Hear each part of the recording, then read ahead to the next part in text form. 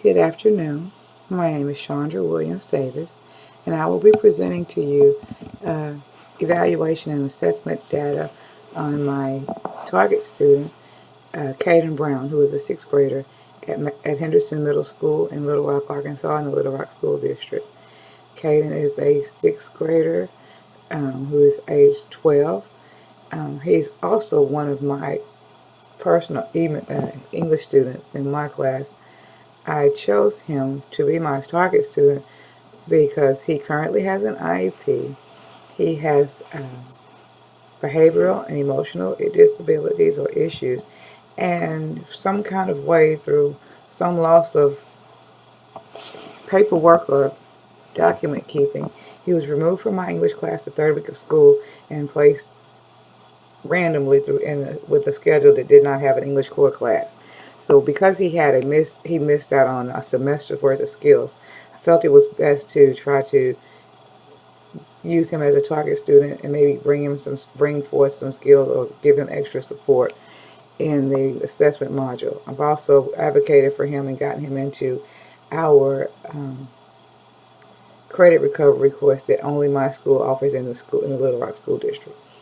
So Caden is a sixth grader who has a diagnosis of ADHD and ADD. He has emotional issues and takes medicine. He's seen by the school in-house school counseling services, one of the mental health professionals that has site-based treatment, as well as a psychiatrist outside through that agency for medication management. His most recent evaluation was March 27 of 2018, and at that time the following assessments were provided. The Reynolds Intellectual Assessment Scale, second edition, which is also called the RIAS-2, the Woodcock-Johnson Test of Achievement, fourth edition, the Behavior Assessment System for Children, the Beery-Butinka Developmental Skills of Visual Motor Integration, which is the VMI, and Auditory Processing Skills.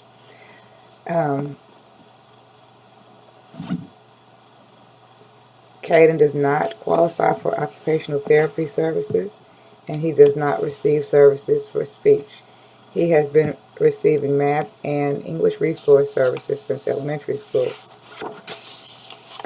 He now receives co-taught English and co-taught math, resource math.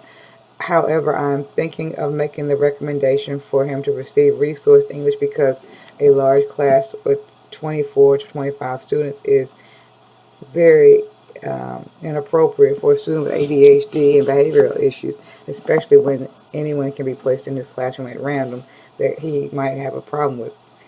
Because Caden has had two previous manifestation determinations for what he felt was fair justice in getting one back that taunted him.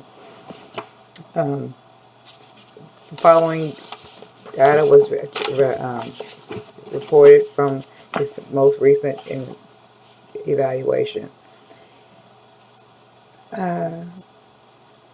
His verbal intelligence score was 78, was described as moderately low, with verbal reasoning along with the ability to access and apply prior learning. Nonverbal was 88, described as below average, and composite intelligence was 85, described as below average. The Woodcock-Johnson Test of Achievement, it's a comprehensive, individually administered test for assessing academic achievement. Subtest scores were obtained. Word letter identification 78, which was low. Passage comprehension 75. It does not measure. It measures understanding of reasoning with single words and context embedded stimuli. Math calculation was 75, which is also low. Does not perform mathematical calculations in traditional problem format. Applied problems 83, low average, measures the student's skill in analyzing and solving practical problems in mathematics. Writing samples was 83, measures the student's skill in writing responses to a variety of demands. Before I go further, I would like to just offer this anecdotal note. The sixth grade is preparing for the ACT Aspire in April to May, and the writing prompt the sixth graders will respond to is a reflective narrative. In my class, he was given a reflective narrative about a time you got in trouble and that you wish you could change the outcome. It was one of the very first times that he did not need further encouragement to sit down, be still, and stay on task. He actually wrote a 2-page paper response to that prompt.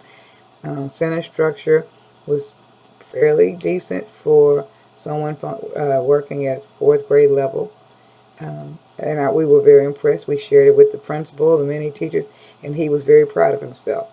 So although it measures the writing skill and writing to responses to a variety of demands, I was very proud of him for being able to do so. And his adaptive behavior skills.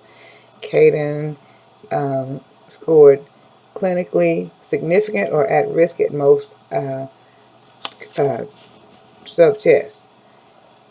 Externalizing problems and composite scored clinically significant. Hyperactivity is at risk. Aggression clinically significant. Conduct problems at risk. Internalizing problems and composite average. Anxiety and depression average. Somatization, the tendency to be overly sensitive to and complain about relatively minor physical problems and discomfort, he scored average. School problems, average. Attention problems, the tendency to be easily distracted and unable to concentrate more than momentarily. Learning problems, average. Atypicality, which is the tendency to behavior in ways that are considered odd or commonly associated with psychosis, at risk. Withdrawal, evades and avoids social contact, at risk. His behavior systems index was clinically significant, a measure of overall emotional behavior disorders. I can truly say that he exhibits all of these at-risk behaviors on a continuous basis. Adaptive skills, composite, at risk. Adaptability, at risk. The ability to adapt readily to changes in the environment, at risk. Social skills, at risk. Leadership, at risk. Study skills, at risk. In functional communication, at risk. Ability to express ideas and communication in ways that others can easily understand. Caden is very easily redirected and told to slow down. He will express in a manner that others can understand what is frustrating him, why he's upset. I agree, and I see the things that the behaviors manifest themselves regularly. They're identified in these subtests. The Viry-Butinka Development Test of Visual Motor Integration. It identifies through early screening significant difficulties that some children have integrating or coordinating with their visual, perceptual, and motor abilities. He scored a standard score of 73, suggesting less than adequately developed visual motor integration skills.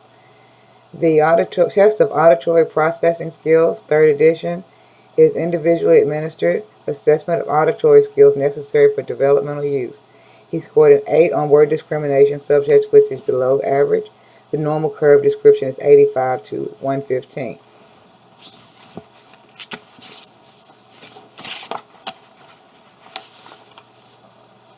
His initial determination in 2016 was speech and language impairments, and math and reading instruction were not included in the determination. His most recent evaluation, the recommendation was made to change his eligibility from speech-language impairment to other health impairments because of his behavioral issues related to ADHD, bipolar disorder, and diagnosis of dyslexia. He receives treatment through an outside mental agency. He has had disciplinary issues throughout elementary, and he's had 2 MER conferences since the 4th grade. But he has also found to be a manifestation of his disability and allowed to resume his regular schedule. Caden continues to receive intervention services for his dyslexia and a reading intervention class. He also receives math intervention in addition to his math classes. And he receives credit recovery in our program at Henderson through the OdysseyWare software program. And this concludes my introduction of Caden Brown and his evaluation data. Thank you.